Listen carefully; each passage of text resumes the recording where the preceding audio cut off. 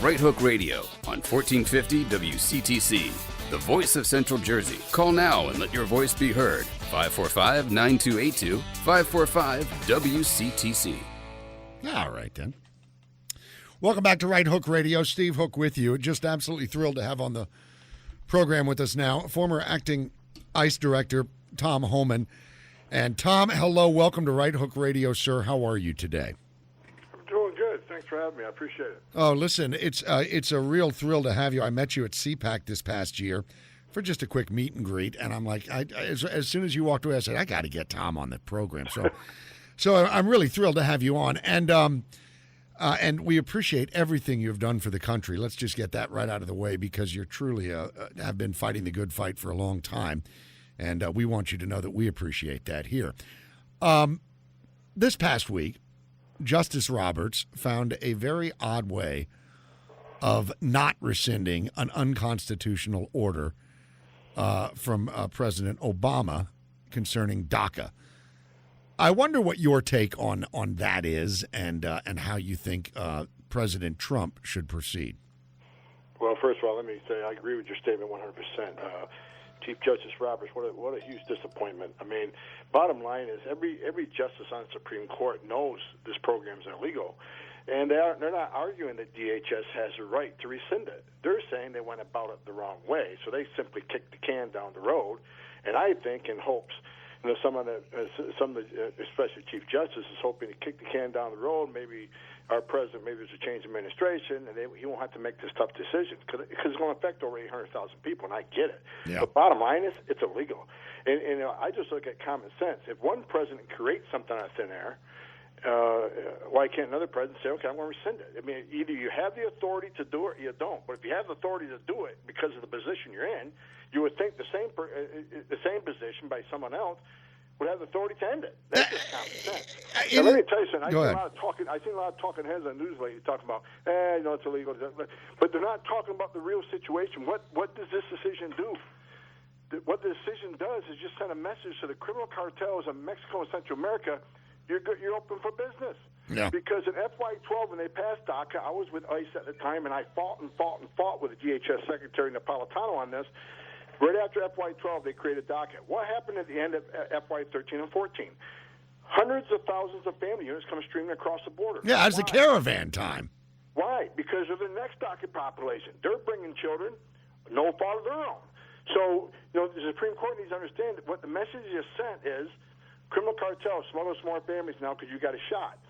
So DACA caused the family crisis to happen, and the Supreme Court just sent a message, you're good to go. Criminal cartels, you're free to make millions of more dollars. 31% of women can be raped. Children can die, and we'll have out of control at the border again. The Supreme Court is really disappointing on this decision. Well, let me ask you this, and I know it's only been a couple of days, but everything you just said there, I can't even begin to tell you how infuriating it is to hear it said out loud because intuitively, this is all true. But to hear you, an expert on this subject, really kind of say, yes, it is all true and it's going to get worse, that's just infuriating as hell. But since this decision, which is inexplicable, I mean, this is the second time Roberts has basically just changed the statute and just kind of legislated from the bench for all intents and purposes. In the short time that that's come down, do you think that the Border Patrol, are they already seeing an uptick, or is that on its way, or any? No, it's not going to happen yet. Because here's why: you still got the Remain in Mexico program. The president he's suspended legal immigration on the border. Everybody's turned around and sent back because of the pandemic, because he took advantage of Title 42, the Communicable Diseases Act. So, but. That act has to end sooner or later. Once we get around this COVID-19 corner, he has to pull that requirement up. And plus, if you remember now, the Ninth Circuit has tried to stop the Remain in Mexico program, but the Supreme Court let it stay because of what's going on in this country, the COVID.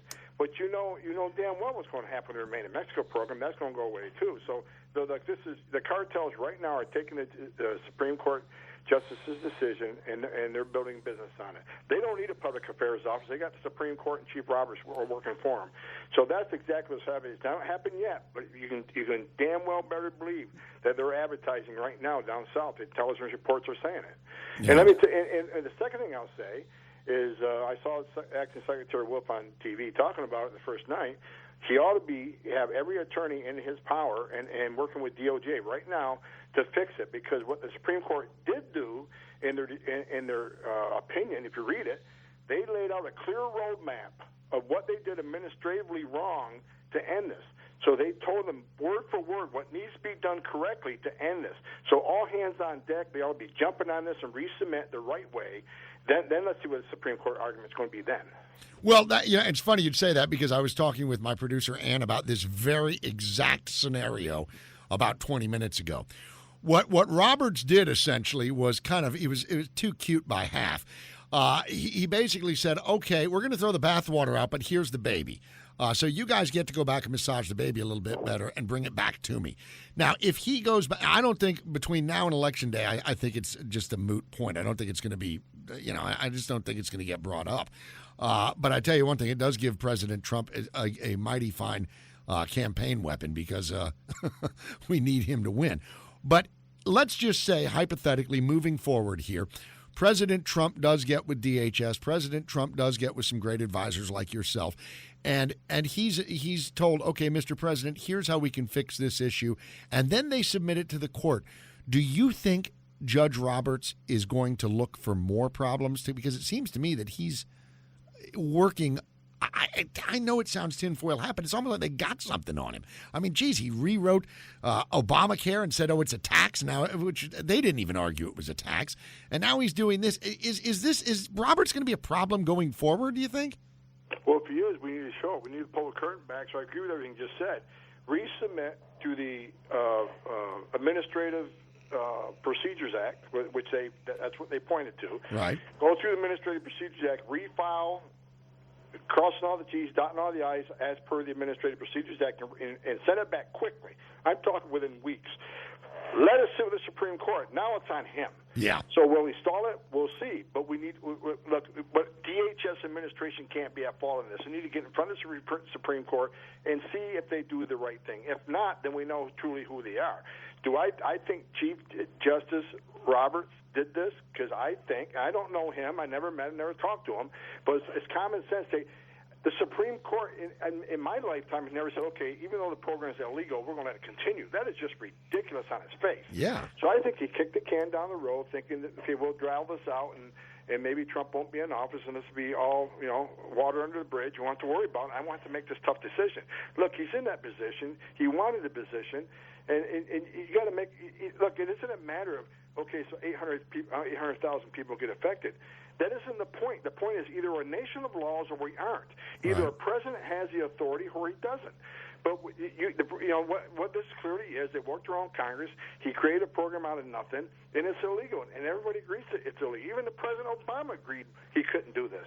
I know. So my point is, put it back on their shoulders. Get this reissued quickly by the numbers, and let's see what happens. So you think that the president should immediately resubmit, election notwithstanding, just go ahead and dump it back right on the SCOTUS and let them hash it out all over again? Absolutely, because even, God help us, if he doesn't win re-election, he's still going to be on the records with SCOTUS. He's going to have to make decisions. Look, this is an illegal program. The only way it can be fixed is with Congress, and Congress ain't doing anything. Congress hasn't done their job in the last 2 years. So, that's the only ones that can really fix this. But, no, the president needs to put it back on Chief Roberts' desk and say, okay, here we did. We did everything you said in that decision. We followed every Procedures Act. You said DHS has the authority. Here it is. Yeah. Make the call. And we'll see what happens. But, again, it's pushing back on this president who's done more for our border than any president I've worked for. And I've worked for 6, starting with Ronald Reagan. I respect every one of the presidents I've worked for. I respect them because they were the president. Right. But no one has done more to secure our border than President Trump. 85% decline in illegal immigration since May, with no help from Congress, no help from the courts, because of this president and his promise to the American people that he keeps. Well, you're not kidding. And I know that you are that you're a big supporter of President Trump for all the right reasons. Let me ask you this. Are you still in contact with the president? Does he still reach out to you? Are you still on any advisory panels? Yes. Well, that's God. And that is good to hear. Don't count me out. Well, thank God. That's good. And I'm so irritated right now. Don't count me out. Well, I know you are. And it's not just this, Tom. We're speaking with Tom Homan. It's also just what we're seeing across the country. And to kind of take you off the immigration platform here and talk about what you're seeing as a law enforcement officer, we just had Lieutenant Colonel Anthony Schaefer, and of course I know you know Tony, and he's fit to be tied. And I think the law of the backlash is about to come into play here. And I think a lot of Americans are furious.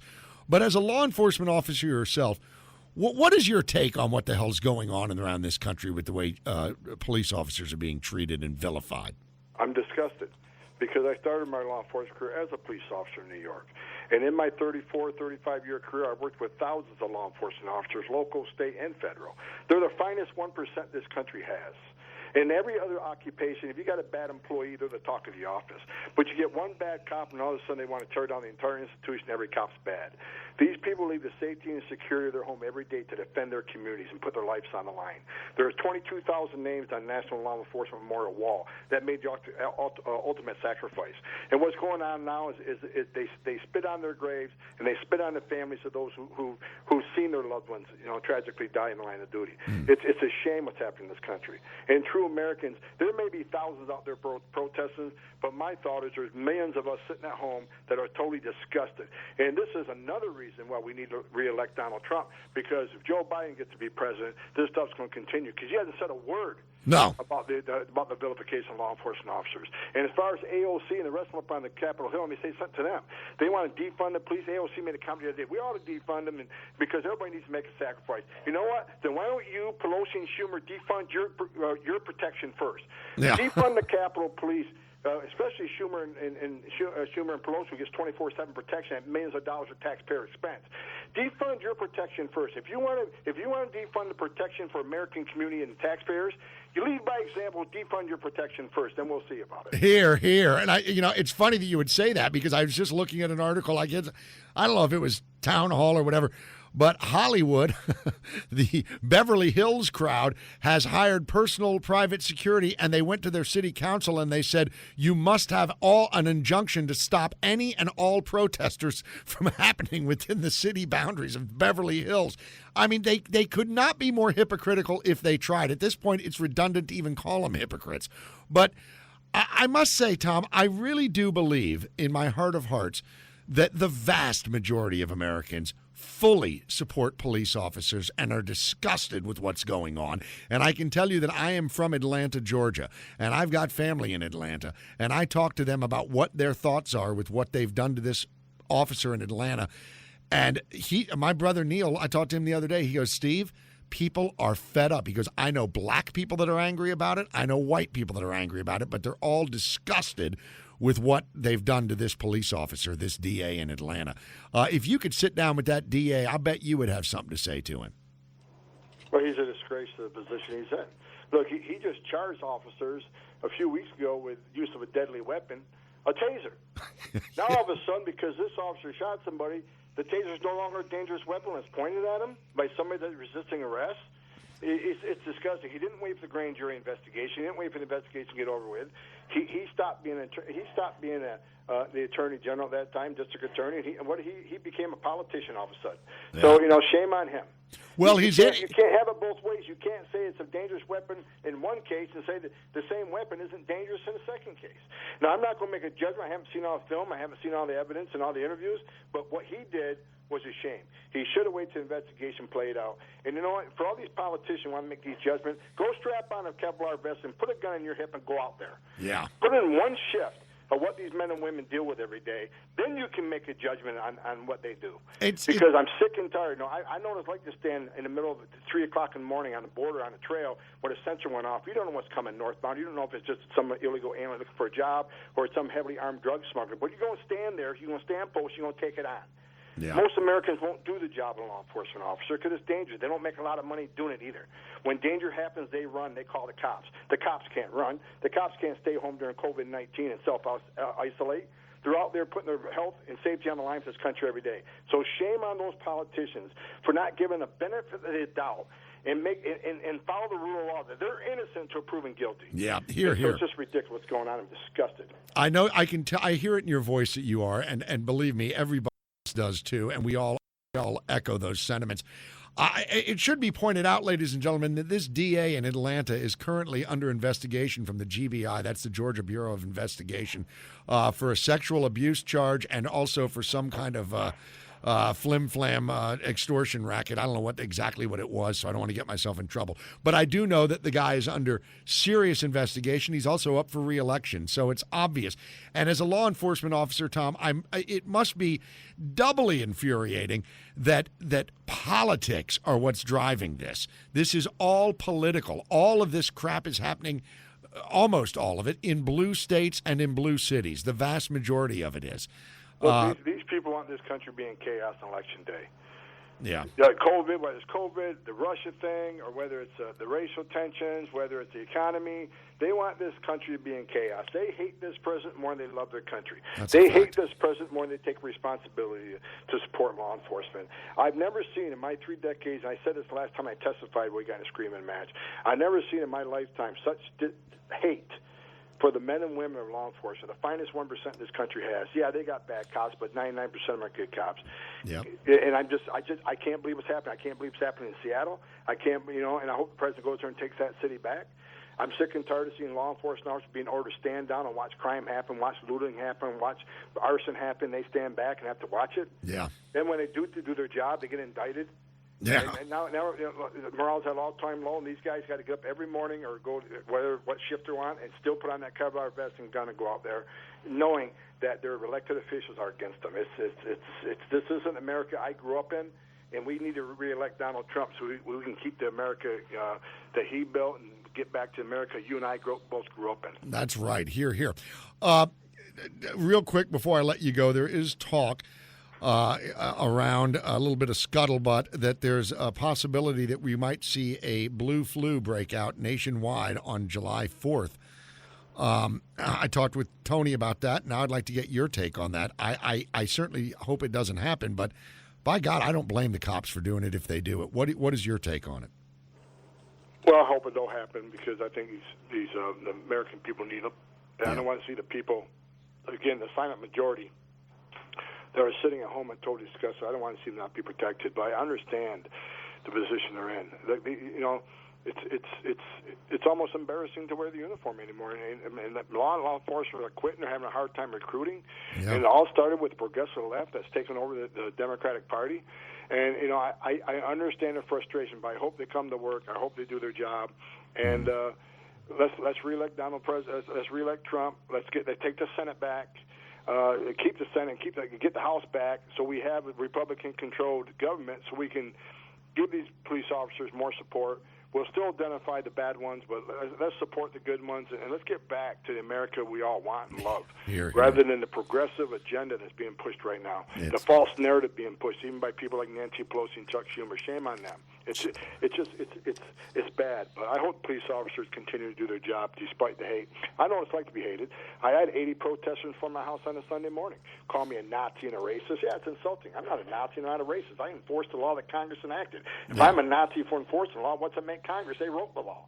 So, I know what it's like to be hated, and I know what it's like to be vilified, but I think they can lay their head in their pillow every night knowing they're doing the best thing they can for this country and their community. Well, I'll tell you something. Every time I see a cop on the street now, every time I thank them. Every single time now because of this. And they don't get the praise that they deserve, and it's a crying shame. And listen, I really appreciate you taking some time with us today, Tom, and I certainly hope at some point in the future we can have you on again, and hopefully it'll be a celebratory event because we'll be talking about the re-election of Donald Trump. You got it, man. Thanks a lot. You got me all fired up. Now I can go mow my lawn. Well, have a cold beer and relax and enjoy. And listen, I don't know if you're a dad or not, but if you are, happy Father's Day to you, Tom. Thank you very much, sir. All right, brother. You have a great day. Take care. Bye-bye. Bye-bye. There he goes, former acting ICE director Tom Homan. And if you saw him testify, man, oh man, did he lay into these people. And you can tell, you can hear the anger in his voice, and it's righteous anger. I don't blame him at all.